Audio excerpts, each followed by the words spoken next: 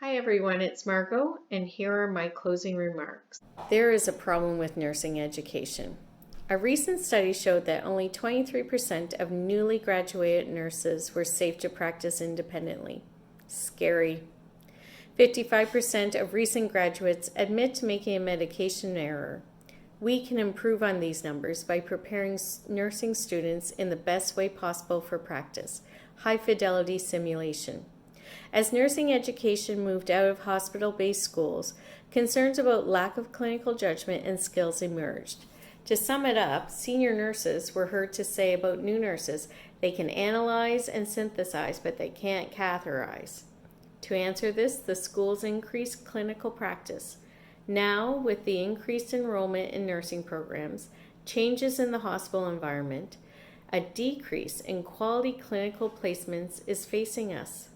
High-fidelity simulation will fill this gap with focused structured scenarios based on identified learning goals that every student will have the opportunity to practice in a low-risk, safe environment.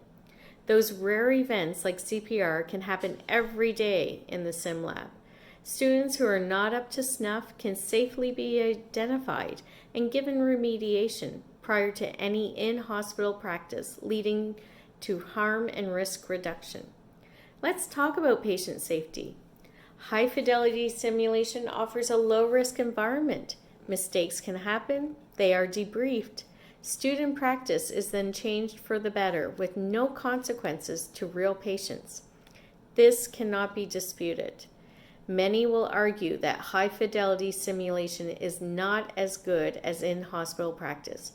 The research shows no difference in acquisition of nursing competencies, be it technical skills, communication, clinical judgment, critical thinking, or professional behavior when comparing high-fidelity sim to traditional clinical placements.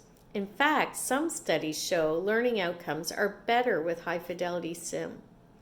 High-fidelity simulation offers efficient opportunities to learn through independent practice in a safe environment. Learning scenarios are only limited by our imagination.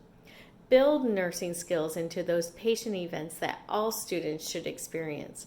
Open eyes and create strong nurses through those rare cases that we used to only share through stories. Now others can experience it, learn from it, through the technology known as high-fidelity simulation. How can we not?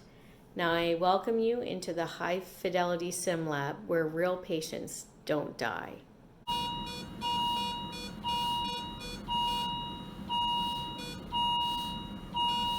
Okay, we're desetting.